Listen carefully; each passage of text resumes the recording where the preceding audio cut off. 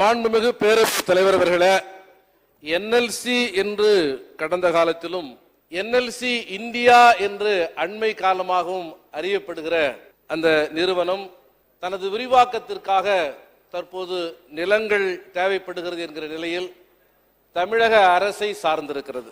நிலம் வேண்டும் என்கிற போது மாத்திரம் தமிழக அரசை சார்ந்து நிற்கிற தன்மையும், இயல்பான தனது இதர பணிகளின் போது உரிய மரியாதையை தமிழக அரசுக்கு தராத போக்கும் கடந்த காலத்தில் அந்த நிறுவனத்திடம் இருந்ததைத்தான் விவசாயிகள் காயத்தோடு இந்த பேரவையின் முன்னாலே சுட்டிக்காட்டுகிறார்கள். இந்த தருணத்தில் ஒன்றை நான் நன்றியோடு சொல்ல கடமைப்பட்டிருக்கிறேன்.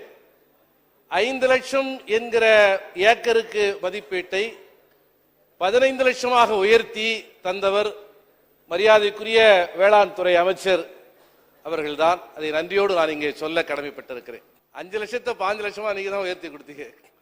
15 லட்சம் என்பதை தற்போது பொறுப்பேற்ற பிறகு யாரும் எதிர்பார்க்காத நிலையில 25 லட்சமாக உயர்த்தி கொடுத்ததும் மரியாதைக்குரிய நம்முடைய வேளாண் துறை அமைச்சரும் நம்முடைய மரியாதைக்குரிய தொழிலாளர் நலத்துறை அமைச்சரும் இணைந்துதான். திராவிட முன்னேற்ற கழக அரசு நிச்சயமாக விவசாயிகளின் நலனில் கூடுதல் அக்கறை எடுத்து ஏற்கனவே இருந்த அந்த அளவுகளை தாண்டி RR பாலிசி என்கிற வரம்புகளை எல்லாம் கூட கடந்து வழிகாட்டி மதிப்பு என்பதை எல்லாம் கூட தனது பேச்சுவார்த்தையினால் வலிமையினால் உயர்த்தி கொடுத்திருக்கிறார்கள். ஆகவே அதற்கு நன்றி சொல்ல கடமைப்பட்டிருக்கிறோம். இந்த தருணத்தில் நேரத்தின் அருமையை கருதி உங்களது விழி குறிப்பை நான் நிச்சயமாக புரிந்து கொள்கிறேன். எனக்கு முன்னாலே அந்த மாவட்டத்தினுடைய நீண்டகால செயல்பாட்டாளர்களாக இருந்த நண்பர்கள் பேசியிருக்கிறார்கள். ஆகவே விவசாயிகளுடைய பிரச்சனை குறித்து நான் மீண்டும் மறுபதிவு செய்யாமல் ஒரு அடிப்படையான தன்மையை இங்கே சொல்ல விரும்புகிறேன். நிலம் கொடுப்பவர்களை பங்குதாரர்களாக, ஷேர் ஹோல்டராக இணைக்க வேண்டும் என்பது விடுதலை சிறுத்தைகளுடைய கோரிக்கை. அதை எதற்காக இங்கே முன்வைக்கிறோம் என்று சொன்னால், அவ்வாறு ஷேர் ஹோல்டராக அவர்கள் இணைக்கப்பட்டால் அவர்களின் சார்பில், தமிழக அரசின் சார்பில் ஒரு இயக்குனர், ஒரு டைரக்டர், அந்த போர்ட் ஆஃப் டைரக்டர் என்கிற அவையில் இடம்பெறுவதற்கான வாய்ப்பு இருக்கிறது. ஆகவே நமக்கு ஒரு நிரந்தரமான கட்டுப்பாடு இருக்கும். நிலம் வேண்டும் என்கிற போது மாவட்ட ஆட்சியருக்கு மரியாதை தருவார்கள், நம்முடைய மாவட்ட அமைச்சர்களுக்கு மரியாதை கொடுப்பார்கள். பிறகு கார்ப்பரேட் அலுவலகம் என்று சொல்லப்படுகிற அந்த அலுவலகத்தை நோக்கி சட்டமன்ற உறுப்பினர்களாக இருக்கிற நாங்கள் கூட போக முடியாது. அங்கே CISF என்று சொல்லப்படுகிற மத்திய தொழிற்படையை வைத்துத்தான் நகர நிர்வாகத்தையே அவர்கள் கையாளுகிறார்கள். CISF என்பது தொழிலகத்திலே பாதுகாப்புக்காக நிறுத்தப்படலாமே தவிர நகர பகுதியிலும் அவர்களது அலுவலகத்திற்கு முன்னாலும் நிறுத்தப்படுகிறது. மரியாதைக்குரிய சகோதரர் மாண்புமிகு சட்டமன்ற உறுப்பினர் வேல்முருகன் அவர்கள் மனு கொடுப்பதற்காக போகிற போது, அப்பொழுது நான் சட்டமன்ற உறுப்பினராக இல்லை, அவரோடு போராட்ட களத்தில் என்று உள்ளே போன போது CISF எங்களை உள்ளே அனுப்பவே இல்லை. ஆக ஒரு சட்டமன்ற உறுப்பினராக இருக்கிறவர்கள் கூட இந்த பிரச்சனை முடிந்த பிறகு கார்ப்பரேட் அலுவலகத்திற்கு போக முடியாது என்று சொன்னால் விவசாயிகளால் போக முடியாத நிலை இருக்கும். ஆகவே அடிக்கடி இந்த குழுக்கள் எல்லாம் போடப்படுகின்றன. இந்த குழுக்களுக்கு ஏதாவது ஒரு நிரந்தர தன்மை இருக்கிறதா? இந்த குழுக்கள் சட்டமன்ற உறுப்பினர்களை உள்ளடக்கிய குழுக்கள் இங்கே அமைக்கப்படுகின்றன. இந்த குழுக்கள் வெறும் நிலம் கையகப்படுத்துகிற வரை மாத்திரம் செயல்படுகிற குழுக்களா, அல்லது நிரந்தரமாக இந்த குழுக்களுக்கு ஒரு சட்டப்பூர்வமான அங்கீகாரம் இருக்கிறதா என்கிற கேள்விகள் இருக்கின்றன. நல்ல யோசனை. ஆகவே சுற்றுச்சூழல் குறித்து முறையான ஆய்வை மேற்கொள்வதற்கு தமிழக அரசு ஒரு தனி குழுவை உருவாக்க வேண்டும். ஏனென்று சொன்னால் கடல் நீர் உள்புகுகிறது உள்ளிட்ட பல்வேறு பிரச்சனைகள் முன்வைக்கப்படுகின்றன. இதை நாம் நம்முடைய பார்வையிலிருந்து முறையாக ஆய்வு செய்ய வேண்டியது முன்னால் இருக்கிற அடிப்படை கடமை. மிக மிக முக்கியமாக NLC இந்தியா என்பது NLC லிமிடெட் என்பது NLC இந்தியா என்று ஒன்றிய அரசு பொறுப்பேற்ற பிறகு, பாஜக ஒன்றிய அரசு பொறுப்பேற்ற பிறகு அது இந்தியா என்று மாற்றப்பட்டது. அதற்கு பிறகு ஒரே ஒரு தமிழன் கூட உள்ளே போக முடியாத மிக மோசமான ஒரு கதவடைப்பு அங்கே இருக்கிறது. இது குறித்தும் தமிழக அரசினுடைய கவனத்தை ஈர்த்து இறுதியாக ஒரே ஒரு செய்தி. அங்கே ஒரு மிகப்பெரிய மருத்துவமனை இருக்கிறது. பக்கத்திலே அந்த சுற்றுப்புற சூழலால் பாதிக்கப்படுகிற பிள்ளைகள், விவசாயிகள், அவர்களது கர்ப்பிணி பெண்கள் உள்ளிட்டவர்கள் கூட பிரசவத்திற்காக போகிற போது அது வெறும் NLC ஊழியர்களுக்கானது மாத்திரம் என்கிற அணுகுமுறை இருக்கிறது. ஆகவே இந்த அம்சங்களில் கவனம் கொள்வதற்கு தமிழக அரசின் பிரதிநிதி ஒருவர் இயக்குனராக அதில் இருக்க வேண்டும் என்கிற ஆலோசனையை முன்வைத்து அரசின் கவனத்தை ஈர்த்து அமர்கிறேன். மாண்புமிகு உறுப்பினர் விபி நாகைமாலி. மாண்புமிகு பேரவை தலைவர் அவர்களே, என்எல்சி நிர்வாகம் தொடர்ந்து அது செய்து கொண்ட ஒப்பந்தத்தை மீறி செயல்பட்டு கொண்டிருப்பதை நாம் எல்லாம் அறிவோம். தொடர்ச்சியாக பல ஆண்டு காலமாக ஒப்பந்தத்தை உதாசீனப்படுத்துகிற ஒரு மோசமான செயலை என்எல்சி நிர்வாகம் இன்றைக்கு செய்து கொண்டிருக்கிறது. நிலம் கொடுத்தவர்களுக்கு மாற்று இடம், வீட்டுக்கு ஒருவருக்கு வேலை வழங்குதல், அவர்களோடு கலந்து பேசி நியாயமான இழப்பீடு வழங்குதல் என்கிற அந்த கோரிக்கைகள் எல்லாம் என்எல்சி நிர்வாகம் ஏற்றுக்கொண்டு இதுவரை அது செய்வதற்கு எந்த விதமான முன்முயற்சியும் என்எல்சி நிர்வாகம் எடுக்காமல் காவல்துறையை அங்கே வைத்துக்கொண்டு ஒரு பதற்றமான சூழலை கூட என்எல்சி நிர்வாகம் ஏற்படுத்தி கொண்டிருக்கிறது. ஆகவே நம்முடைய முதல்வர் அவர்கள் இதிலே தலையிட்டால்தான் இந்த பிரச்சனையை ஒரு முடிவுக்கு கொண்டு வர முடியும்.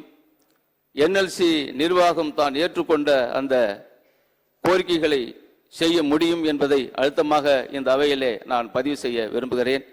ஆகவே என்எல்சி நிர்வாகம் உடனடியாக அது ஏற்றுக்கொண்ட அந்த கோரிக்கைகளை நிறைவேற்ற வேண்டும்.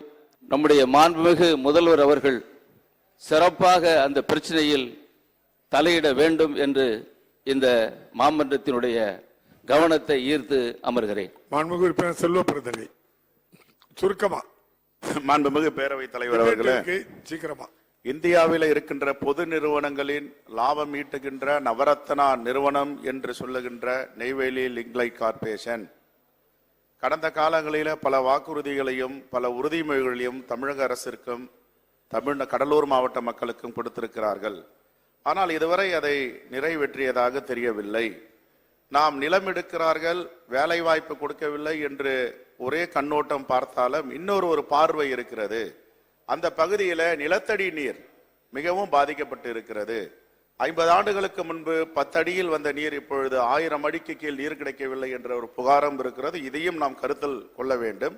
மண்வளம், நீர்வளம் எந்த அளவிற்கு இந்த நெய்வேலி லிக்னைட் கார்ப்பரேஷனால் பாதிக்கப்பட்டு இருக்கிறது என்பதை நாம் ஆய்வு செய்வதற்கு மாண்புமிகு முதலமைச்சர் அவர்கள் உத்தரவு வேண்டும். ஏனென்றால் அந்த சுற்றி உள்ள 5 மாவட்டங்கள் இன்னும் 10 வருடங்களில் பாலைவனம் ஆவதற்கான வாய்ப்பு இருக்கிறது என்று பல ஆய்வறிக்கைகள் கூறுகின்றன. எதற்காக ஜவஹர்லால் நேரு இந்த நெய்வேலி லிக்னைட் கார்ப்பரேஷனை தமிழ்நாட்டுக்கு கொண்டு வந்தாரோ, பணம் ஈட்டுவதற்கு மட்டும் இல்லை, அங்க மக்களுக்கு சேவை செய்வதற்கும் ஒரு மிகப்பெரிய வருவாயை அந்த மக்களுக்கு பகிர்ந்தளிப்பதற்கும் தான். 3640 மெகாவாட் மின்சாரம் உற்பத்தி செய்தாலும் தமிழ்நாட்டுக்கு கொடுக்கின்ற வெறும் 800 மெகாவாட் தான் நாம் அதில் பயனாளிகளாக இருக்கிறோம். 18,000 மெகாவாட் தமிழ்நாட்டிற்கு தேவை என்றால் 800 மெகாவாட் கொடுக்கின்ற நெய்வேலி லிக்னைட் கார்ப்பரேஷனுக்கு நாம் முக்கியத்துவம் அளித்தாலும் அந்த பகுதி மக்களுக்கு எந்த இடையூறும் இல்லாமல் கடந்த காலங்களில் 5 லட்சம் 6 லட்சம் கொடுக்கிறேன் என்ற வாக்குறுதி கொடுத்து விட்டு ஒரு சில ஆண்டுகளில் 25 லட்சம் கொடுக்க போகிறோம் நிலம் கையகப்படுத்தும் பொழுது என்று சொல்லுவது ஒரு மிகப்பெரிய ஏற்றத்தாழ்வை இங்கு காட்டுகிறது. அந்த மக்கள் எல்லாம் மன நிம்மதி இல்லாமல் இருக்கிறார்கள். மாண்புமிகு முதலமைச்சர் இதில் தலையிட்டு ஒரு ஆய்வு செய்து அந்த மக்களுடைய வாழ்வாதாரத்தை காப்பாற்ற வேண்டும் என்று பேரவைக்கு தன்னுடைய கவனத்தை ஈர்க்கிறேன். மாண்புமிகு உறுப்பினர் அருண்மொழி தேவன். மாண்புமிகு பேரவைத் தலைவர் அவர்களே, இந்த என்எல்சி நிறுவனத்திற்கு வீடு நிலங்களை கொடுத்த விவசாயிகள் தங்களுடைய வாழ்வாதாரத்திற்காக தொடர்ந்து போராடி கொண்டிருக்கிற நிலை கடலூர் மாவட்டத்தில் இருந்து வருகிறது. இதுவரை சுரங்கம் 1, 1A, 2 ஆகிய 3 சுரங்கங்களுக்கு இளங்கொடு 44 கிராமங்களில் சுமார் 40,000 ஏக்கர் நிலங்கள் கையகப்படுத்தப்பட்டு பயன்பாட்டில் உள்ளது. இப்போது 3ஆம் சுரங்க விரிவாக்கம் என்ற பெயரில் சுமார் 26 கிராமங்களில் 25,000 ஏக்கர் நிலம் எடுப்பதாக அறிவிக்கப்பட்டிருக்கிறது. இப்ப சமீப காலங்களாக சேத்தியாத்தோப்பு கிழக்கு பகுதி திட்டம் என்ற ஒரு திட்டம் அறிவிக்கப்பட்டு மக்கள் மத்தியிலே பேச்சு பொருளாக இருக்கிறது. அதிலே சுமார் 20 கிராமங்களில் கிட்டத்தட்ட 20,000 ஏக்கர் நிலங்களை கையகப்படுத்த போவதாக அறிவிக்கப்பட்டிருக்கிறது. அது காவிரி டெல்டா பகுதியாகும். மாண்புமிகு எடப்பாடியார் அவர்கள் விவசாயத்தை காக்க பாதுகாக்கப்பட்ட வேளாண் மண்டலம் அறிவித்த அந்த பகுதி, அந்த 20 கிராமங்கள் எடுக்க போவதாக அறிவிக்கப்பட்டிருக்கிறது. இன்னும் வீராணம் நிலக்கரி திட்டம், பாளையங்கோட்டை நிலக்கரி திட்டம் என்று மக்கள் மத்தியில் ஒரு பதட்டமான சூழ்நிலை தொடர்ந்து நிலவி வருகின்ற வேளையில் ஏற்கனவே நிலமளித்தவர்களுக்கு வீடு அவர்கள் என்எல்சி நிறுவனம் கொடுத்த எந்த வாக்குறுதியும் நிறைவேற்றவில்லை. சிலருக்கு வீட்டு மனை கொடுத்திருக்கார்கள், இதுவரை பட்டா வழங்கப்படவில்லை, வேலைவாய்ப்பு வழங்கப்படவில்லை.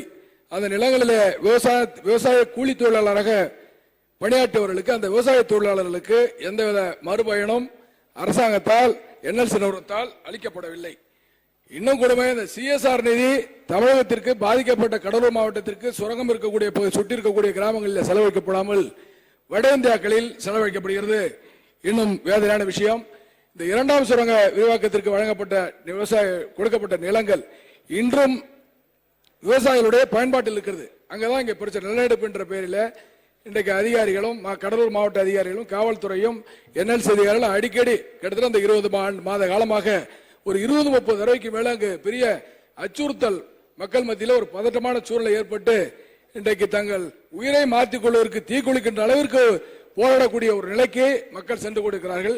கடந்த 9ஆம் தேதி என்று ஒரு டிஐஜி 2 எஸ்பிக்கள் பல ஐபிஎஸ் அதிகாரிகள் கொண்ட ஒரு 1000 ஒரு விவசாயிக்கு ஒரு காவல்துறை போலீஸ் என்ற அடிப்படையில் ஒரு ஊரடங்கு விதிக்கப்பட்ட நிலை போன்ற ஒரு நிலை ஏற்பட்டு எல்லா தெருக்களும் மூடப்பட்டது. வீடுகளை விட்டு விவசாயிகள் வெளியே வர முடியாமல் நிலத்தை சமன் செய்கிறேன், அளக்கப் போகிறேன் என்று 1000த்துக்கு மேற்பட்ட காவலர்களோடு மாவட்ட நிர்வாகம் அந்த பணியில் ஈடுபடுகின்ற போது ஒரு பதட்டமான சூழலை விட்டு பல போராட்டங்களுக்கு பிறகு தற்காலிகமாக ஒத்திவைக்கப்பட்டுகிறது. நானும் அந்த மக்களை ஏன் அடைத்து வைத்திருக்கிறீர்கள், என்ன ஊரடங்கா விதிக்கப்பட்டிருக்கிறது என்று கேட்ட பொழுது என்னையும் கைது செய்து அந்த தொடர் நிகழ்வாக என்னையும் கைது செய்தார்கள். அப்படி ஒரு பதட்டமான சூழ்நிலை நிலை வருகின்ற வேளையில் அந்த நிலங்கள் இன்னமும் விவசாயிகளுடைய அனுபவத்தில் இருக்கிறது. 31/12/2013 முன்பு வரை 2009 ஒப்பந்தத்தின் படி 5 லட்சம் 6 லட்சம் ஒரு ஏக்கருக்கு. ஒரே நாள் வித்தியாசம். மறுநாள் காலையில 15 சொன்னாங்க, இப்ப 23 லட்சம், 25 லட்சம். அண்ணனுக்கு 5 லட்சம் 6 லட்சம், தம்பிக்கு 25 லட்சம். இந்த பாகுபாடு இல்லாமல் சம அளவில் அவர்களுக்கு இழப்பீடு வழங்க வேண்டும் என்று அவருடைய எதிர்பார்ப்பு இருக்கிறது.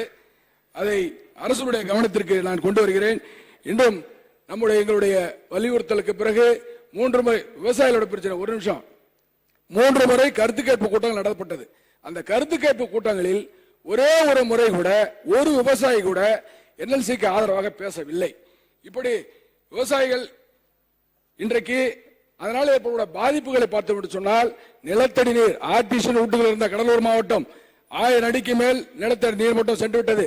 அந்த கரிக்காற்றை சுவாசித்து நுரையீரல் பாதிப்பு, இருதய பாதிப்பு, சிறுநீரக பாதிப்பு ஏற்பட்டு கடலூர் மாவட்ட மக்கள் பெரிய அவதிக்குள்ளார்கள். என்எல்சியால் வைக்கப்படுகின்ற வெடி, இந்த போர்களால் வீடுகளில் விரிசல் வருகிறது, போர்கள் எல்லாம் நாசமாகிறது. இந்த வெள்ளை களிமண் மழை காலங்களில் விவசாய நிலங்களில் படுத்து விவசாயத்திற்கு தகுதியற்ற நிலமாக மாறக்கூடிய நிலை உருவாகி கொண்டிருக்கிறது. வள்ளலார் சொல்லியிருப்பதாக ஒரு தகவல், வடலூரும் கடலூராக மாறும் என்ற அன்றைக்கு என்எல்சி அவர் சொன்ன போது என்எல்சி நிறுவனம் துவங்கப்படவில்லை. இன்றைக்கு அந்த நிலை ஏற்பட்டால் கடல் நீர் உட்புகுந்து கடற்கரை வடலூருக்கு வரக்கூடிய நிலை உருவாகும். ஒரே நிமிஷம், விவசாயிகளுடைய பிரச்சனை என்ற ஒரு நிலை கடலூர் இருக்கிறது. இப்போது துருக்கி, சிரியா போன்ற எல்லா கருத்தையும் சொல்லிட்டு கவனத்தை ஈர்த்தா பாருங்க. முக்கியமான விஷயம் ஒன்று சொல்லிடுறேன். நிலை போன்று இந்த கடலூர் மண்ணுக்குள் போகக்கூடிய ஒரு அபாயம் இருக்கிறது என்பதை இந்த நேரத்தில் நான் தெரிவிக்க கடமைப்பட்டிருக்கிறேன். கடந்த பட்ஜெட் கூட்டத்தொடரிலே நான் எழுப்பிய கேள்விக்கு மாண்புமிகு தொழிலாளர் திறன் மேம்பாட்டுத்துறை அமைச்சர் அவர்கள் அரசு உயர் அதிகாரிகள், என்எல்சி, மக்கள் பிரதிநிதிகள், மாவட்ட நிர்வாகம் கொண்ட ஒரு குழு அமைக்கப்படும் என்று அறிவித்தார். அந்த குழு அமைக்கப்படாத நேரத்தில் பட்ஜெட் இறுதி கட்டத்தில் கேட்டபொழுது அவர் மீண்டும் சொன்னார், சட்டமன்ற கூட்டத்தொடர் நடைபெற்றுக் கொண்டிருக்கிறது, முடிந்தவுடன் குழு அமைக்கப்பட்டு முதல் கூட்டம் தலைமைச் செயலகத்தில் நடத்தப்படும் என்று சொன்னார். அதுபடி நடத்தப்படவில்லை. ஆனால் இன்றைக்கு இன்னும் அந்த குழு அமைக்கப்படாமல் இருக்கிறது. மாண்புமிகு நம்முடைய தமிழ்நாடு முதலமைச்சர் அவர்கள் கடலூர் மாவட்டத்திற்கு தேர்தல் பிரச்சாரத்துக்கு வந்த போது திமுக சண்முகம் என்ற தொண்டர் உருக்கமாக இந்த பிரச்சனை எல்லாம் சொல்லி கேட்டபொழுது நான் முதலமைச்சர் ஆட்சி பொறுப்புடன் இந்த பிரச்சனை எல்லாம் தீர்க்கப்படும் என்று அறிவித்தார். இன்னும் தீர்க்கப்படவில்லை. நம்முடைய மாண்பு வேளாண்மைத்துறை அமைச்சர் அவர்கள் 7/2/2019 கமாபுரத்தில் ஒரு உண்ணாவிரத போராட்டம் நடத்தி அமைச்சர் பதில் சொல்லுவாங்க. மாண்புமிகு உறுப்பினர் சிந்தனை சொல்வார். போதும், நிறைய எல்லாம் பதிவு பண்ணிட்டு சொல்லுங்க. அமைச்சர்கள் கமாபுரத்தில் ஒரு பிடி மண்ணை கூட தரமாட்டோம், ஏக்கருக்கு 1 கோடி வேண்டும், நிரந்தர வேலைவாய்ப்பு அறிவித்தார். நீங்க கவனத்தை ஈர்த்த அவர்கள் சிந்தனை செல்வர். சிந்தனை செல்வர் போதும் போதும் போதும்.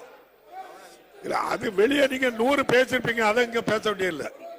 போதும், கவனத்தை ஈர்த்துட்டே. போதும் போதும் தம்பி, மாண்புமிகு எல்லா விஷயத்தையும் கவர் பண்ணிட்டு மாண்புமிகு என்னமா பதில் வரும். போதும் மாண்புமிகு பேரவை தலைவர் அவர்களே, போதும், நிறைய சொல்லியாச்சு. இல்ல எல்லாரும் கவர் ஆயிட்டு. அவங்க அதுக்காக போராடுறவங்க கைது பண்ணது அதெல்லாம் மக்களுக்காக போராடி இருக்காங்க. NLC கவனத்தை ஈர்த்தாச்சு. அமர்க, கடந்த காலத்திலும் நேரம் இல்ல. போதும், NLC இந்தியா என்று சுருக்கமா பிடிக்க அண்மையிலும் முடிங்க. இது ஏதோ கடலூர் மாவட்ட மக்களுடைய பிரச்சனை அல்ல, மாநிலத்துடைய பிரச்சனை. எங்களுடைய கோரிக்கை என்னவென்று சொன்னால், புதிய விவசாயிகளுடைய கோரிக்கை பேச்சுவார்த்தை குழு அமைக்கப்பட்டு R&R பாலிசி படி அமைக்கப்பட்டு நடைமுறைப்படுத்த வேண்டும். அதோடு மட்டுமல்ல, புதிய திட்டங்களை எதையும் அனுபவிக்க கூடாது. மத்திய அரசு சிந்தனை செல்வர்